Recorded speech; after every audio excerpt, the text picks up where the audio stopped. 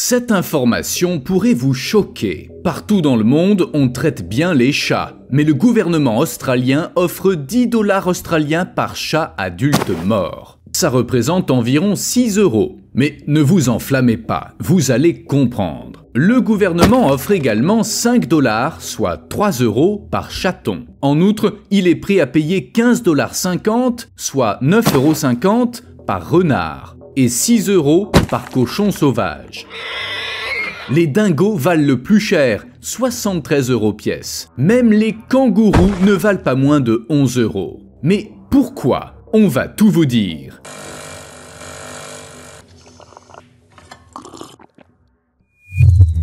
N'hésitez pas à liker notre vidéo dès maintenant pour ne pas avoir à y penser plus tard. Le problème de l'Australie, c'est que l'équilibre naturel y a été bouleversé. Les animaux dont on vient de parler ont un impact catastrophique sur les autres espèces et sur l'environnement au sens large. Même les kangourous, mais on va y revenir. Les défenseurs des droits des animaux, car oui, c'est eux qui sont à l'origine de ça, en tuent énormément. Dans le parc national de Kakadu, ils ont éliminé 6000 buffles, chevaux, ânes et cochons sauvages en seulement 24 jours. Selon eux, ces dizaines de milliers d'herbivores non natifs transforment le désert en poussière et les zones humides en friches boueuses. C'est pourquoi ils affirment qu'il est nécessaire de se débarrasser de ces animaux. La plupart des écologues considèrent l'éradication des espèces invasives comme un moyen simple de restaurer un paysage dégradé. Toutefois, d'autres experts estiment que se débarrasser de certaines espèces ne suffira pas, car l'écosystème australien est à ce point déréglé qu'une intervention constante est nécessaire. Comme d'habitude, les choses sont compliquées et il n'y a pas de solution miracle.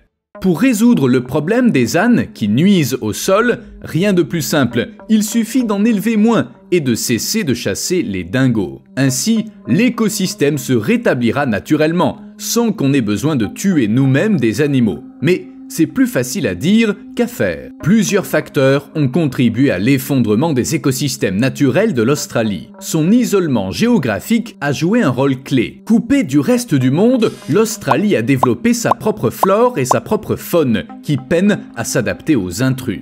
En raison de cette faible capacité d'adaptation des espèces locales, le continent convient à merveille aux espèces invasives. Ces intrus sont arrivés en Australie par différents moyens, que ce soit de manière intentionnelle ou en passant inaperçus. Tout ça a finalement abouti à une catastrophe que l'on tente de régler en érigeant des clôtures et en procédant à des abattages. D'une certaine façon, ça contribue à l'identité de l'Australie, à son caractère rude mais unique.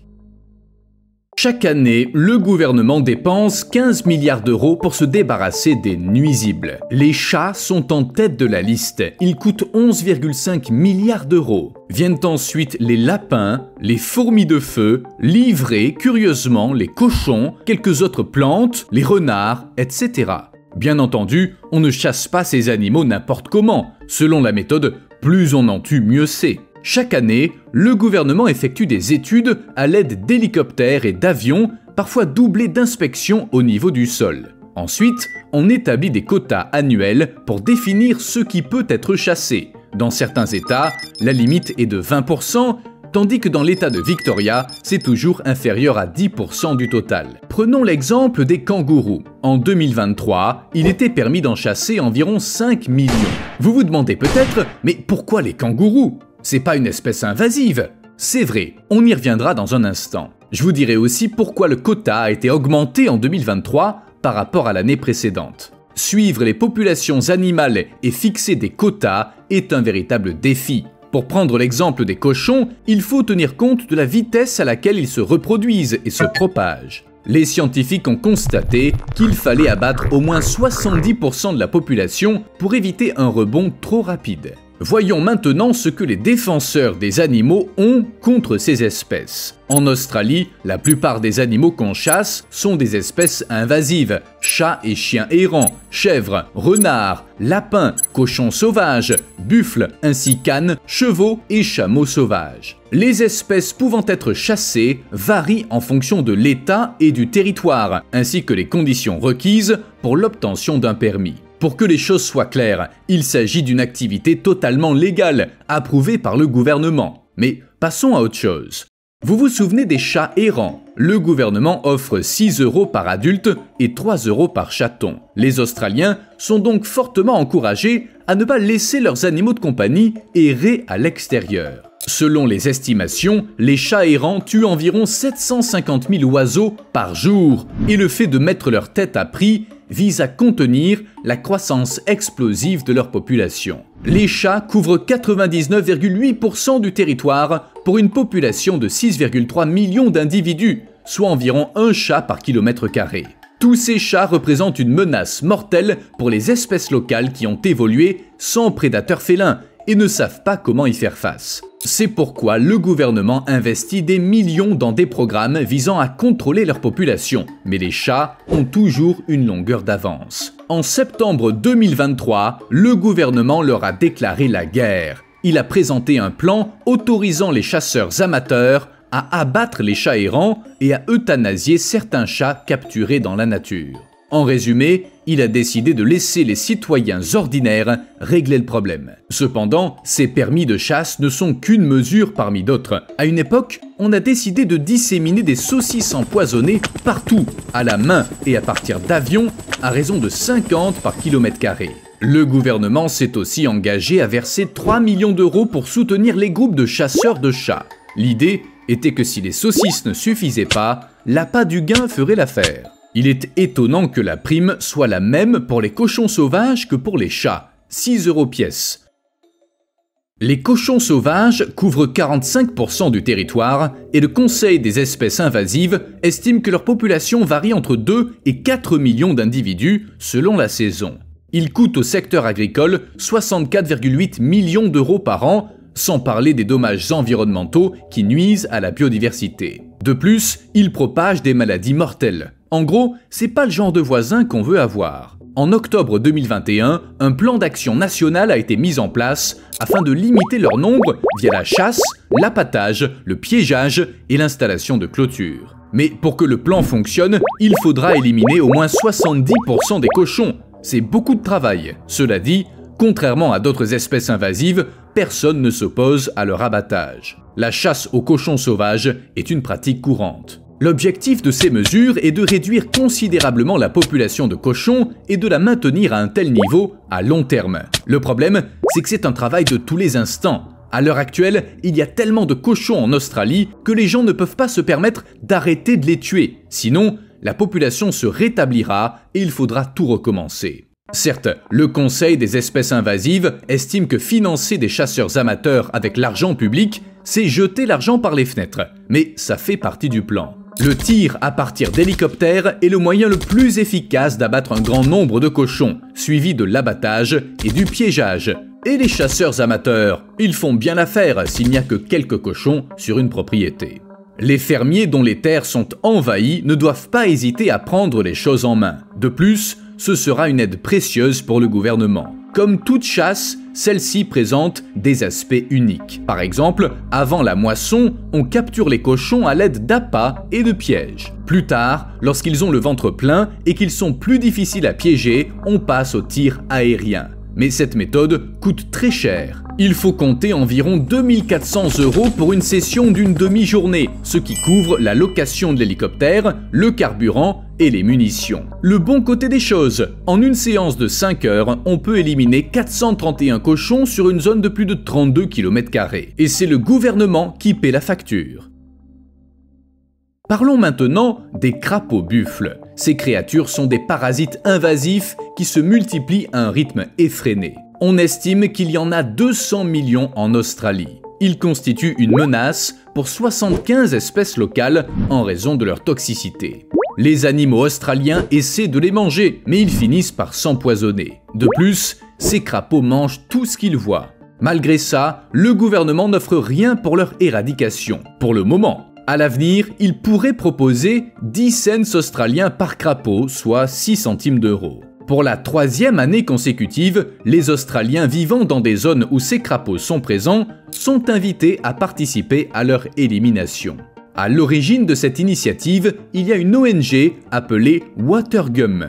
Elle fournit des kits comprenant des gants, un seau et une lampe de poche. Lors du festival de l'année dernière, un groupe a capturé plus de 2700 crapauds, s'adjugeant ainsi la première place officieuse. Les experts conseillent de collecter les adultes la nuit et les têtards et les jeunes crapauds pendant la journée.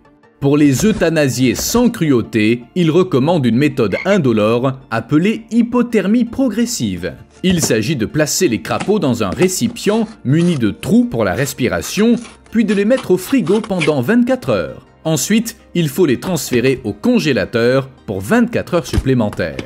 Mais les gens qui ne veulent pas remplir leur frigo de sacs de crapauds peuvent les déposer à des points de collecte. En 2019, la sénatrice australienne Pauline Hanson a suggéré de payer des gens pour se débarrasser des crapauds. Elle a proposé d'offrir 6 centimes d'euros par crapaud. Elle s'est dit que ça pourrait attirer pas mal de monde, des allocataires de minima sociaux aux enfants déscolarisés. Mais sa proposition a été rejetée, les opposants estimant qu'échanger de l'argent contre des crapauds ne résoudrait pas le problème, ça ferait simplement perdre de l'argent à l'État. Malgré ça, les efforts annuels de collecte de crapauds se poursuivent. La dernière collecte en date s'est déroulée du 13 au 21 janvier 2024. Mais il est conseillé aux Australiens de continuer à attraper ces créatures invasives, même après le 21 janvier, car la campagne porte ses fruits. En une semaine, les gens ont éliminé plus de 50 000 crapauds. Selon les représentants de Watergum, les gens ont constaté une diminution de la population de crapauds et une revitalisation de l'environnement local. Les gens se sentent plus en sécurité et ils peuvent à nouveau laisser sortir leurs animaux de compagnie la nuit, sans craindre qu'ils ne s'empoisonnent. Parlons maintenant des dingos et des hybrides chiens-dingos. C'est les animaux qui rapportent le plus, puisque le gouvernement offre 73 € par tête. Par rapport aux crapauds, c'est comme si on touchait le jackpot. C'est d'autant plus étrange que la chasse aux dingos est très controversée au sein des amis des animaux. Certains affirment que les dingos sont des chiens errants qui font des ravages en Australie et qu'il faut s'en occuper pour protéger le bétail. D'autres estiment que les dingos vivent sur le continent depuis des temps immémoriaux et qu'ils font donc partie intégrante de l'écosystème local. Le fait est qu'ils y sont présents depuis au moins 4000 ans et même 7000 ans selon certaines études. L'abattage des dingos est devenu une pratique acceptable depuis que des fermiers européens se sont installés sur l'île il y a 2 siècles. À l'origine, on considérait ça comme un acte de routine, indispensable à la conduite des activités agricoles. Puis, au XXe siècle, les défenseurs de la nature ont soutenu que les dingos devaient être protégés, ce qui a donné lieu à des débats. Néanmoins, le gouvernement a investi des millions dans des programmes de contrôle des dingos, recourant activement à l'empoisonnement, au piégeage et à la chasse. Mais les écologistes affirment que ces mesures sont vaines. Les dingos s'attaquent toujours aux moutons et aux chèvres, et les tentatives de gestion de leur population ne font qu'exacerber le problème. À l'heure actuelle, les chasseurs amateurs sont autorisés à abattre les hybrides, qui dominent de vastes territoires, moyennant des primes. Ils ne sont pas autorisés à tirer sur les dingos de race pure. Mais beaucoup de chasseurs abattent ce qu'ils appellent des chiens errants, dont beaucoup sont en fait des dingos, et les font passer pour des hybrides pour toucher plus de primes. Et ça leur rapporte gros. Tout ça ne fait que rendre la situation encore plus litigieuse. Enfin, le plus étrange, c'est encore les kangourous. C'est incroyable, mais le gouvernement offre 11 € pour chaque kangourou tué. On parle de protéger les espèces locales, et pourtant on les élimine. C'est absurde. Néanmoins, dans 6 États australiens, on chasse les kangourous pour leur peau et leur viande, et parce qu'ils sont considérés comme des animaux nuisibles pour les fermes. Mais ce n'est qu'une partie du problème. Selon le gouvernement et les experts de la faune, les kangourous sont trop nombreux, et il est essentiel d'en abattre pour maintenir la population sous contrôle et éviter leur souffrance, notamment lorsqu'ils entrent en concurrence avec le bétail pour la nourriture et l'eau durant les périodes de sécheresse. Selon le ministre de l'Environnement, il est nécessaire de contrôler le nombre de kangourous afin de protéger d'autres espèces menacées. Des programmes gouvernementaux prévoient d'indemniser les chasseurs agréés pour chaque kilo de kangourou abattu, et la viande, les peaux et les cuirs sont transformés pour être exportés vers 70 pays. On chasse les kangourous la nuit à l'aide de lampes qui les aveuglent. Un tir suffit à tous les coups. Ensuite, les corps sont emmenés dans un centre de traitement où ils sont examinés, traités et préparés. On ne pourrait pas contrôler leur population sans recourir à l'abattage ? En fait, c'est possible. Parfois, on se contente d'attraper des kangourous et de les stériliser. Mais cette procédure est très coûteuse et, selon les scientifiques, inadaptée à une utilisation à grande échelle. A plus.